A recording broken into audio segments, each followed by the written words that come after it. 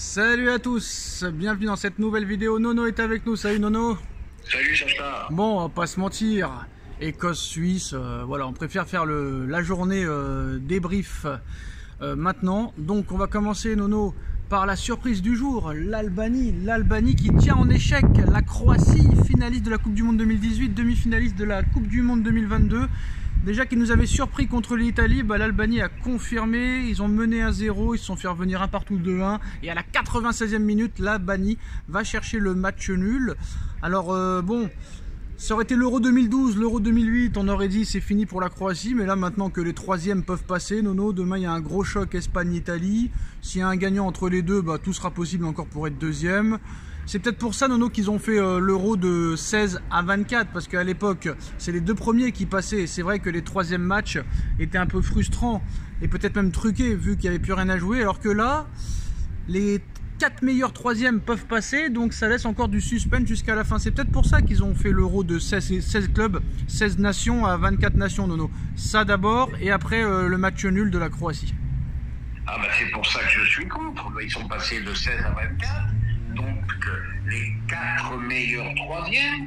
Donc c'est pour ça que je te disais dans une vidéo précédente que je suis contre ces matchs de poule, parce que c'est un football où ça calcule à tout va. Et attends, là c'est que la deuxième journée. À la troisième journée, les calculs vont commencer.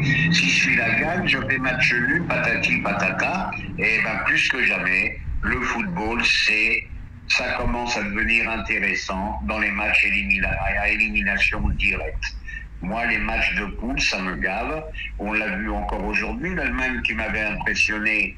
Qu'est-ce qui s'est passé? On s'aperçoit que l'Écosse était très faible malgré tout. Mais là, et contre une équipe de Hongrie très batailleuse, très, très cohérente quelque part, ça a été un peu plus compliqué pour les Allemands, qui n'ont pas joué non plus à 100% de leur potentiel. Donc voilà, tous ces matchs de poule, ça commence à me gonfler, moi. Après, c'est pas si mal quand même pour le suspense, Nono, parce que tu te dis, pour les troisièmes journées, des fois, tu as le dernier contre l'avant-dernier qui n'ont plus rien à jouer, c'est des matchs truqués, tout ça, alors que là, il y a quand même un suspense encore pour te qualifier pour les huitièmes. Non, je te dis pas que c'est des matchs truqués, mais c'est des matchs où tu calcules, tu commences à... Oui, mais il y a au moins du suspense, il y a au moins des troisièmes matchs qui auront du suspense, alors qu'à l'époque, c'était pas le cas, vu que des fois, il y avait deux équipes qui avaient 6 points et les autres pouvaient pas revenir. Alors que là, oui, il y a quand même du suspense dans les troisièmes matchs. Oui, d'accord, mais rien ne vaut les matchs à élimination directe. Ça, c'est sûr, ça, c'est sûr. Et là, tu verras que le niveau augmente de 2 paliers, quoi. Voilà. Alors, bon, Croatie qui fait match nul, l'Allemagne qui gagne, Nono. Qu'est-ce que tu as pensé de ces deux matchs et du niveau de ces deux équipes avant le choc de demain, Espagne-Italie et vendredi, France-Pays-Bas? La Croatie, bon, malgré que je l'adore, à l'image de Modric, l'équipe de Croatie est très vieillissante. Ils ont besoin vraiment d'un rajeunissement. Ils ont fait plusieurs belles campagnes. Et tout a eu fin. On en parlait hier. Il y a un moment, là, je te rattrape. L'équipe vieillissante. Et l'Allemagne, c'est ce que je te disais tout à l'heure. Bon, une Allemagne qui m'a beaucoup moins plu que contre l'Écosse. Mais c'est toujours pareil. Il fallait voir l'adversité. Et la Hongrie, ça a été quand même un peu plus dur que l'Écosse. Alors Nono, on va passer aux deux infos mercato parisien, même aux 3 infos. La première, c'est que Enrique, alors excusez-moi pour le bruit, Enrique, Nono, voudrait introduire 10 joueurs du centre de formation après leur titre U19 dans le groupe pro. Bonne ou mauvaise chose? Et pourquoi pas? Moi je dis pourquoi pas. Il y a tellement eu des dépenses somptueuses dans des transferts qui n'ont rien apporté. Pourquoi pas? Et on sait qu'Enrique, c'est un très très bon formateur pour les jeunes aussi. Deuxième info, Pérez aurait demandé à l'agent d'Hakimi de ne pas prolonger au Paris Saint-Germain pour que Hakimi arrive au Real gratuitement en 2026 et rejoigne sa femme Mbappé.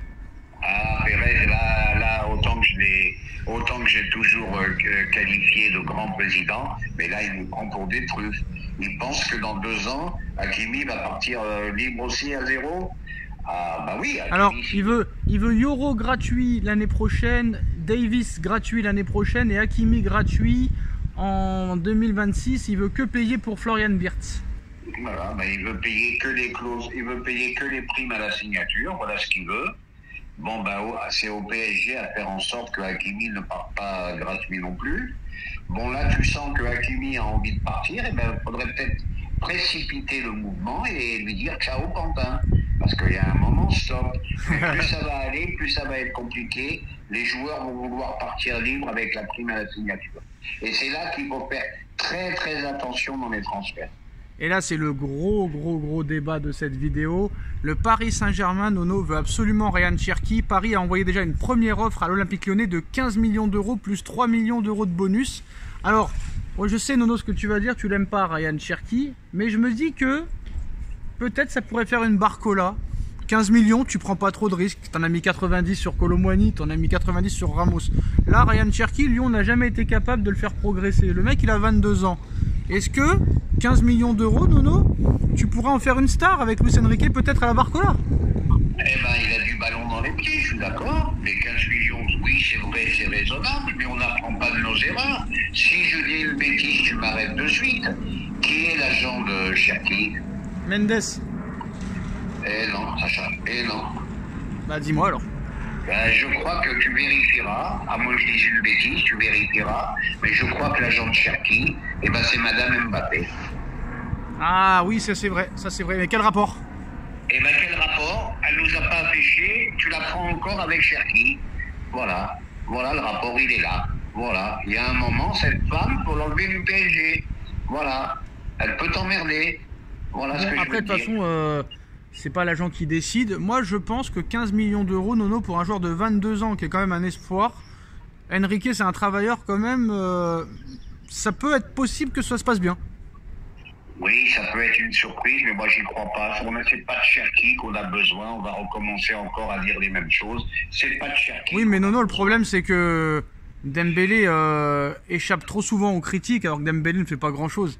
Barcola non plus, il marque pas trop de buts. Et là, il va falloir que tu trouves des mecs qui marquent beaucoup de buts. Bon, je sais pas si Cherki est ce joueur-là, mais il faut de la concurrence à Dembélé et Barcola, Nono, qui se prennent peut-être titulaires indiscutables, alors que ça doit pas être le cas. Hein. Eh ben, donne-moi les stats de Cherki, combien de buts il a marqué en 2 donne-moi les stats de Dembélé, Nono, et on peut négocier. Eh ben voilà, on est d'accord. Mais oui, mais Cherki ne joue pas titulaire à Lyon. D'accord, mais moi Cherki, d'accord. Bon. Oui, mais 15 millions, tu prends pas de risque, Nono, 15 millions. Oui, 15 millions, tu prends pas de risque, et t'en rajoutes un dans la ligne d'attaque, et tu te retrouves avec un problème encore pas possible. Oui, mais c'est un espoir, c'est un mec que Enrique, je pense, pourrait transformer et métamorphoser, c'est possible. 22 ans, c'est possible, Nono. À 15... Ah oui, c'est sûr, à 40 millions, je te dis non, c'est une honte. Mais 15 millions d'euros, Nono, franchement, c'est un pari, c'est un coup de poker. Écoute, c'est peut-être un pari à tenter, peut-être. En tout cas, c'est la fin de cette vidéo, et à très vite pour une nouvelle. Tchuss. Tchuss.